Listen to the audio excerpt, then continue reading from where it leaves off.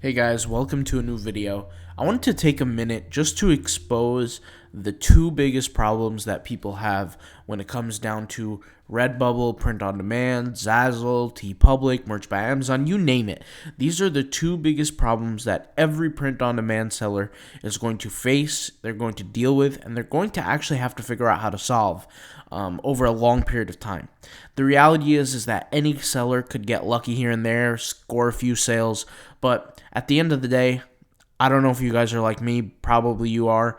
We don't get into print on demand to make a sale or two. We get into print on demand because we want to find a sustainable force of supplementary income to other forms of income that we're generating. So let's just go ahead and expose these two problems here. So the first problem that you're going to encompass is traffic, or that you're going to experience rather, is traffic. This is going to be a problem for a lot of sellers, okay? And when I say a lot of sellers, I'm including everybody, the successful, the unsuccessful, the people who've made money, the people who haven't made money. It doesn't matter. Then you have another problem that you have is desire or design. So I write desire/design because I believe that design creates desire. Now I've started to notice this probably past maybe 8 to 10,000 designs. After creating that many designs, this started to become more and more clear to me. I started to figure out what designs became much more desirable as opposed to other designs.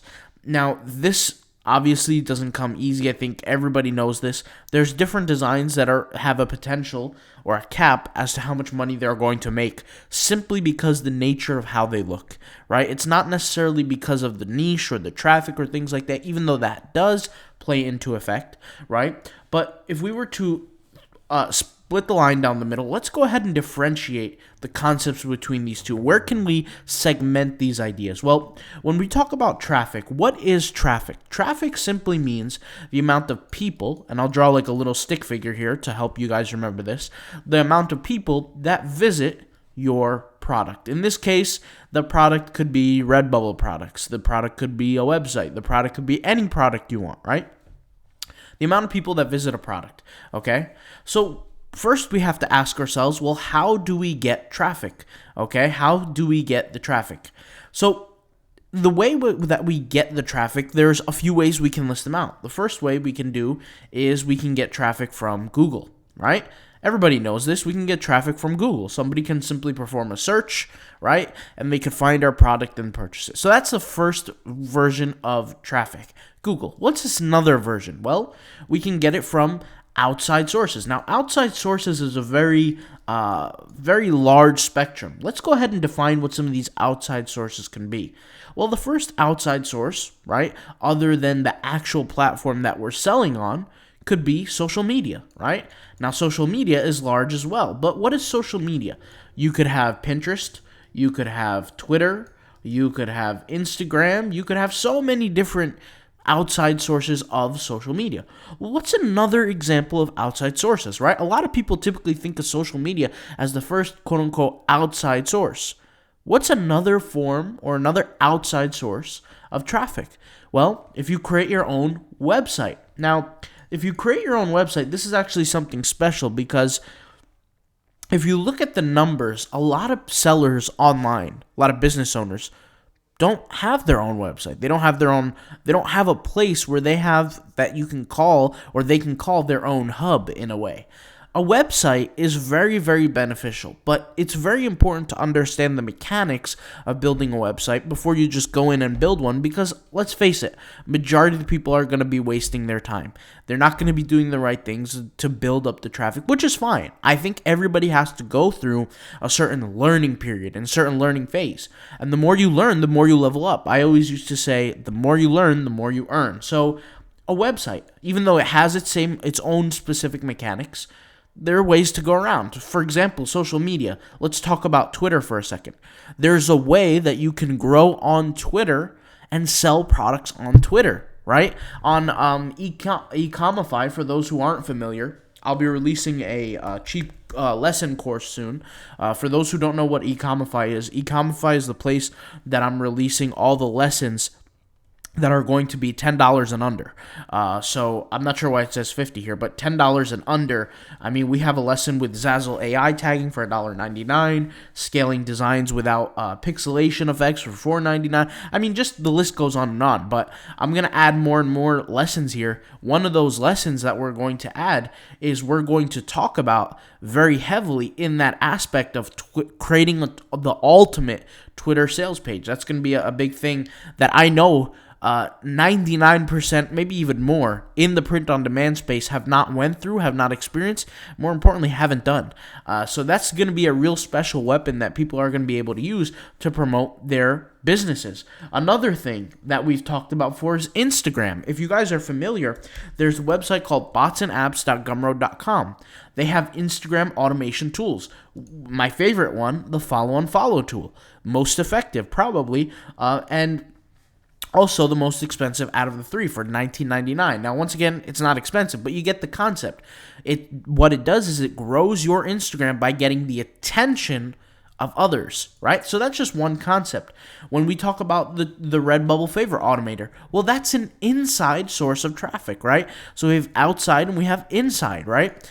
So inside is referring to the actual platform, right? So we have traffic coming from the actual platform. So what do I mean by traffic coming from the actual platform? Well, let's say I'm an avid Redbubble connoisseur. I'm a Redbubble customer. Well, I can go on Redbubble and I could click on shop clothing, right? And I could have, or I could see designs that pop up here that I might want to purchase.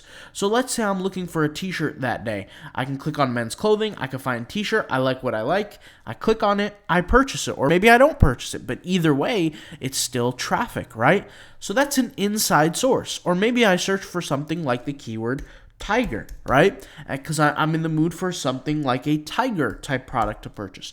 If I click tiger and I search for something and I end up purchasing it, that is an inside source, right? Because I'm searching inside the platform. Now, once again, let's not get confused. This doesn't have to be on Redbubble specifically. This could be on Zazzle. This could be on Merch by Amazon. This could be on any platform out there, and really any marketplace if you really think about it. But these are different examples of how you can acquire traffic. Now, there's also, and these are all positive ways of acquiring traffic, but there's also negative ways. Let's talk about what some of those negative ways are. So there are negative ways to buy traffic that you could literally be fooling yourself or joking around with yourself when you bring this traffic. Let me explain what I mean. On Fiverr, there's an example of where you can purchase traffic. I want to show you guys what I'm talking about when I talk about this. I can type in traffic, right? I can type in traffic. And what these people do on Fiverr, some people sell literally botted traffic to your, or traffic visitors rather, to your webpage. Now, there's reasons why this is not effective. The first reason is that it's an actual bot. Okay, it's not it's not a human. It's a computer. Like, for example, if you guys see this, it says here 100 Thailand visits to your website. Okay, real quality. It's not real quality. Nobody's going to buy anything from your website. It's simply just somebody setting up a tool or a bot with various different IP addresses of robots going on your website, clicking around, right, from different IP addresses. So you think that you're getting traffic, but you're not really getting traffic. So buying fake traffic. Now, people might say, well, how does the tools that you recommend, like the Instagram bots, the Twitter bots, and things like that, how does that differ from buying traffic? Well, there's actually a fundamental difference. The difference between the tools, and I'll just go ahead and let me see if I pulled up the link. Yep, I have the link right here. If you use an Instagram follow and follow tool, you're following people on Instagram, you're getting follows back, you're getting attention back, you're posting content on the content that they're interested in, right? And you're getting attention on your profile, they're clicking on your webpage and they're visiting your webpage. Those are real human beings, genuinely interested in what you have to offer. This buying traffic as a bot, it's fake. You're lying to yourself. You're thinking that human beings are visiting your website, but they're not. These are examples of negative traffic. Another form or another example of buying negative traffic is buying email lists. Now, email lists or email sending lists, and I'll explain what that means. There's a website called Udemy or Udemy or something like that. I think it's called, let me go ahead and show you, Udemy. I think that's what it's called here. Maybe it's not even on, but find it, weigh in, watch it. I'm not sure. I think it's called Udemy Email Marketing. Let's see here. I don't know. Maybe they went out of business. I haven't seen them in a while, but let's see here. Ultimate grade to up. Let's see here. Upgrade. Yeah, so maybe they're out of business. But basically, I remember many, many years ago, there was this business called Udemy, and you would log on and you would buy other people's email lists. The only difference is you wouldn't have access to those email lists, but they would send an email on your behalf to those people.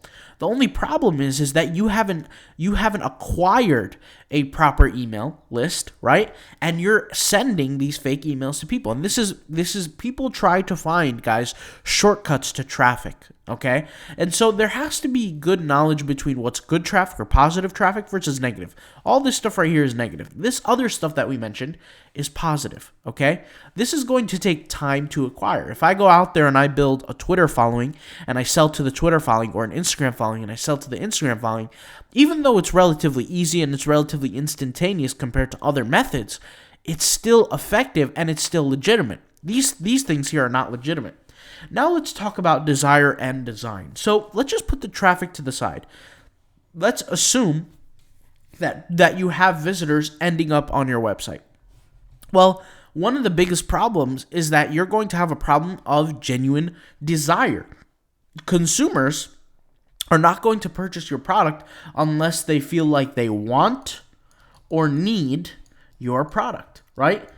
Now, in the case of Redbubble, Zazzle, or maybe not Zazzle, because Zazzle is a special case, but in the case of Redbubble, for example, or TeePublic, customers don't need your products. They don't need your design. They don't need your shirt. They simply want it. Now, Zazzle might be slightly different because Zazzle, if you look at the marketplace for Zazzle, a lot of consumers are coming from areas that they're essentially needing a customized product. They're needing, and obviously need is a strong word to use in that position, because obviously they could use stuff that's not customized. So for example, if there's a wedding and you have wedding invitation cards, obviously they could do something that's not customized and just have like a blanket regular message sent out. But with Zazzle, you can customize things. So it tends to jump a little bit more into the need and in the want category for Zazzle, but you get what I'm trying to say here, right? Customers generally have to have a want or a need to purchase your product. If there's no need or if there's no want, they're just simply not going to buy it, right? Like if I'm driving down the road and my tire pops, I'm going to have to buy a new tire. I need a new tire. I need a new product. So you have to keep in mind that these are the two sentiments that cause the creation of a sale. Well, if you're driving traffic, right, and customers don't have a want and they don't have a need for your product, they're just simply not going to buy, which is why design is created for the purpose of desire. Your design will amplify, right? Will amplify, motivate, meaning the purchase action to occur. If your design is not good enough, it won't spike desire and it won't trigger sales, right? That's the whole concept here. So with these two issues, you have to ask yourself logically, where are you going down? For some people, they might be going down in both scenarios. They might be maybe not generally acquiring enough traffic. They might not be generally creating enough good designs. Now, let me explain the difference between the two. And I want to talk about this because we reference the courses, the Autopilot Passive Income courses, because we specifically realize that there are two main issues in this print-on-demand space. The first issue is traffic. People just simply do not know how to create enough traffic on their Redbubble store, their TeePublic store, their whatever store. So what we did for Redbubble, for example, is we created a Redbubble tag course. And the Redbubble tag course is based on the outline that it is good traffic to receive one visit per design that you have on a daily basis. I'll give you an example. So let's go ahead and go to redbubble.com here, and I want to show you guys a legitimate example here. So let me show you here. Let's go to activity feed, or let's go to dashboard. Why even go to activity feed? Let me show you this in the dashboard, okay? So what you have to do is you want to go to your let's go to your front page here. So let's go to the store. Okay, and I want you to look at the number of designs that you have. Okay, so let's say you have 100 designs, 500 designs, 1,000 designs, whatever. Okay, you have 1,000 designs, let's say. Okay, then I want you to look at your traffic, and I want you to compare your traffic to your visits. Okay, so what I'm saying here is after a store is created from 6 to 8 months, that generally is where the SEO positions kind of solidify. Obviously, things can change. Obviously, we can compare this to blogs and things like that. But in the case of Redbubble, within a 6 to 8 month period, Google is essentially going to have you where you're at, unless you change things, right? Now, for your Redbubble listings, if you're not generating at least one visit a day, right? One organic visit a day. Or, excuse me, let's just keep it at one visit. Let's just keep it as easy as possible. One visit a day to your designs, you're hurting yourself long term, because what that means is that you're not going to be generating simply enough traffic to get a sale. Now, ideally, in your business, you would want, right, one design to get a sale once every 3 months. Now, that's not a hard thing to ask, right? So if you have designs, it's not a hard thing to ask to get a sale once every 3 months, right? The thing is that if you're not getting at least one visit a day, you're probably not going to get a sale once every 3 months per design. Now, I'm giving you here the bare minimum, the low numbers, okay? You want to look at your traffic. How much visits are you getting per day per design? Some people are not getting any visits a day. Some people are getting 5 visits a day, but over 500 designs, or 1,000, or 200, or 50, right? You have to figure out where your design numbers are. So, for example, if you have 200 designs, you should be getting somewhere, especially if your store is 6 to 8 months old and your designs are 6 to 8 months old, you should be getting around 200 visits a day. Now, we're talking about everything combined. We're talking about your social media traffic, your Google traffic, your platform traffic. You're talking about every single aspect combined. If you're not doing at least that, then you know that you have a problem with your traffic. Now, once again, it's harder to understand because not everybody's store is 6 to 8 months old, and not everybody's designs are 6 to 8 months old. There are some stores out there that are 2 years old, but the bulk of the designs are created in the last month or two, right? So there's different scenarios for every single individual, but it's important to realize that you want to keep that as a number or as a goalpost, right? One visit per day per design. There's many tools that can help you do this. We've shown this in the YouTube channel. We've shown different tools. We've shown different things. Even the course that we created, the Redbubble tag course, not only includes just tagging, but includes niche research. It includes SEO, right? Which, for those who don't know what SEO stands for, it's search engine optimization, which if you ask yourself, what is a search engine? You have Google, which is really the biggest search engine. You have other search engines like Bing and Yahoo, which are okay, but they're really nowhere near as big as Google, right? You have those search engines, and you optimize your work to get there, and there's specific methods on how you can do that we share in the course, right? And then another problem is design. A lot of people struggle with, how do I create enough designs, right? We'll just wait to get to that in a second, enough designs, but how do I create designs where they're good enough to be purchased? Now, this was something that I struggled with, to be 100% honest, in the beginning. In the beginning of my print-on-demand phase, I really didn't know what made a design quote-unquote look good. I had to create a system so that I can move forward into, so that I don't have to really think about the process. I don't have to think about how my designs have to look or anything like that. I'll just move forward by creating certain designs or a certain system for my designs, so that I know my designs are coming up on top every single time. And when I say on top, what I'm really saying is, are they more desirable than the competition?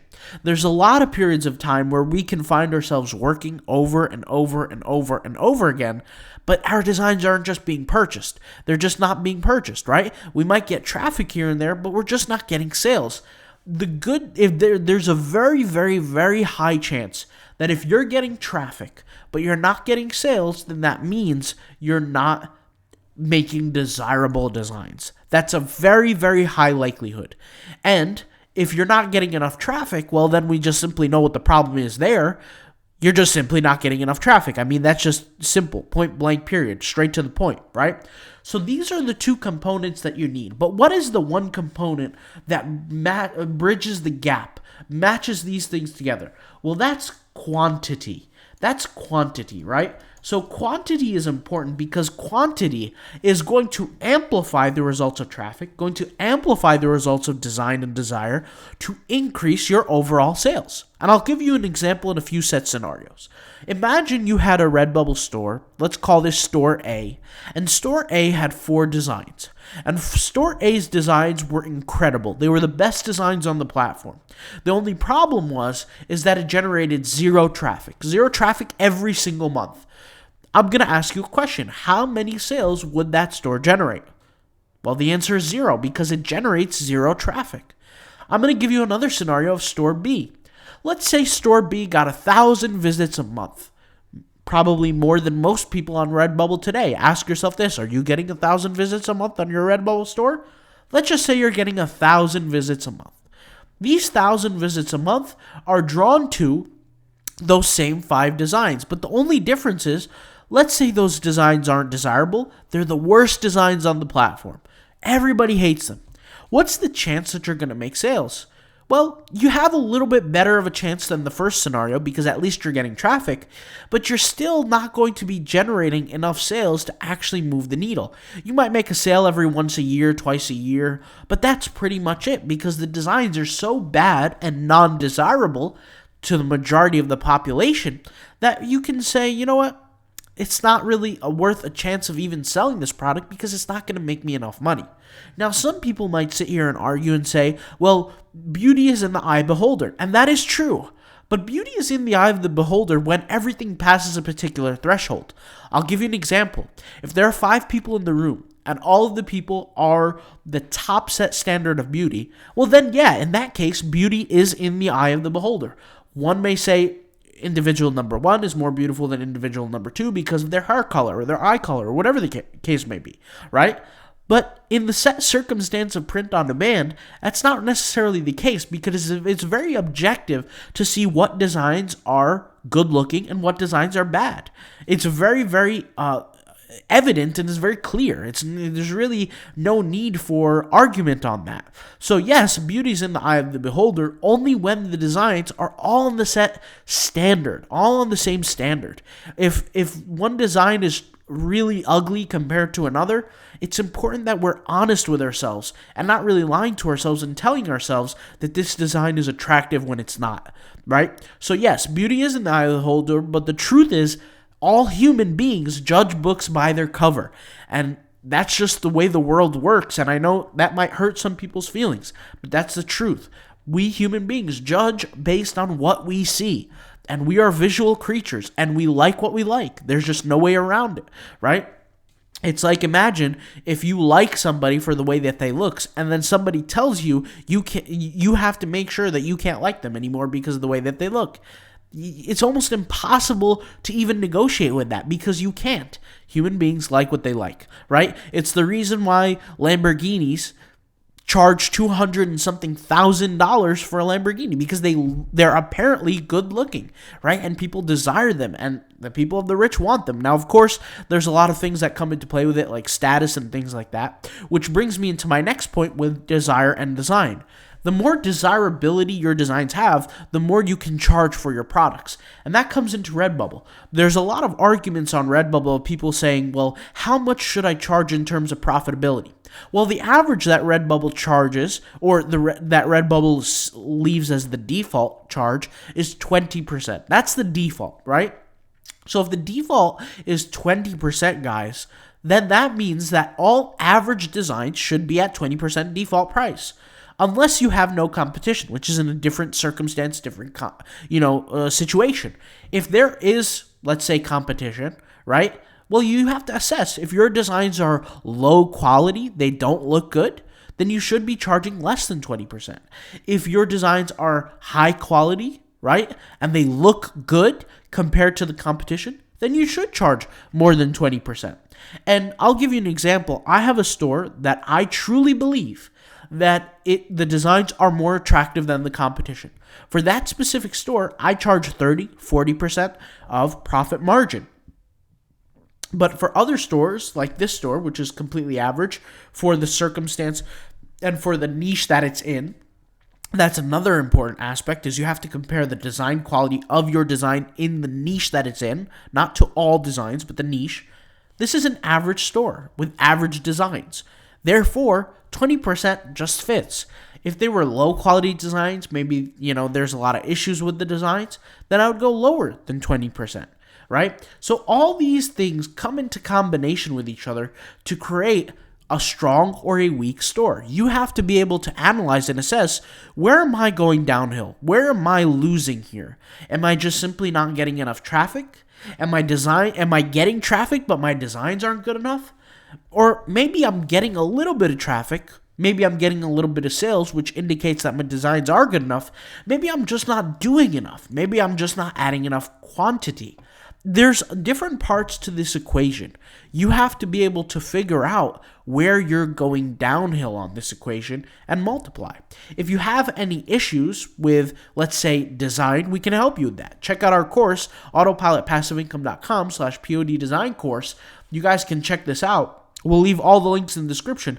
This course was created for two reasons. The first reason was that a lot of people who got into print on demand didn't know what constituted a good-looking design versus a bad-looking design. That's the first thing. The second thing is that a lot of people just started saying, well, I can't create 60 designs a day. I can't even create 10 designs a day. How do you do it? Well, that's what we started showing in the course, right? And there's a video live with me not saying anything in that video, doing 60, I believe 62 designs or something like that in a period of 34 minutes.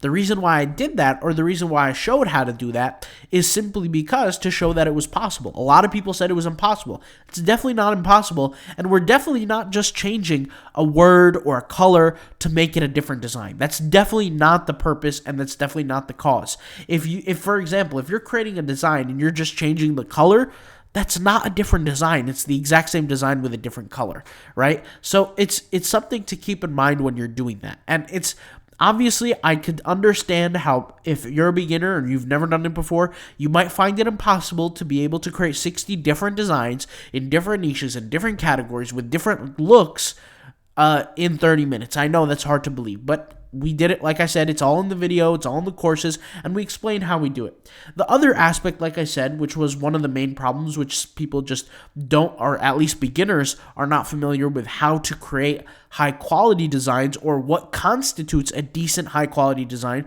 is we created a system that users can use every single time when it comes down to creating a design. A system that you don't have to think about. You don't have to pontificate on. You don't have to ask yourself, is this good enough to get a sale? We created this system that you can follow. It's called the 3-step system. It's very simple in the course that we show you how to do. Now, the POD tag course, or the Redbubble tag course, doesn't just include tagging. It includes tagging with SEO. It includes niche research, all these different aspects. Now, a lot of people, one of the biggest complaints that we got was, how do we know what tags to use, right? How do we know how we set up tags? Well, we show all that in the tagging course, which, like I said, includes SEO traffic and includes tagging. And it shows you how to bridge the gap between the two, because they are two very different things. And the way to get around to getting results on these two different aspects are very different. So we share those things in the course. So you have to figure out, is it quantity, right? Is that my issue? Is traffic my issue? Is design my issue? And based on that, you have to figure out how to toggle and how to improve on certain aspects, okay? So hopefully this video helped out. If you're looking for resources to help you with these specific issues, for example, if traffic is your issue, then 10 times out of 10, go check out the Redbubble SEO tag course. If quantity and design or desirability is your issue, then the POD design course is the way to go. I'll leave the links in the description box down below if that's your issue with Redbubble. We also have a TeePublic course, which encompasses both the tagging and the design. We have the Redbubble Rocket Tagger course, which the Rocket Tagger course just simply shows you how to use the tagging tool. to get your tag set up on Redbubble. And of course, we have the Zazzle tagging course, which shows you how to set up your Zazzle business and set it up properly to where you're getting sales on Zazzle. So if you have any questions, you don't even have to ask me. Just go on the video, watch what the video has, and it will show you on every course exactly what the content is. And obviously, we price all our courses very fairly, $39.99, except for the Rocket Tagger, $29.99 for that course, obviously. But check out the courses. The link will be in the description if you feel like you need help in those specific areas. But thanks for watching. Talk to you guys later. Peace out. Bye.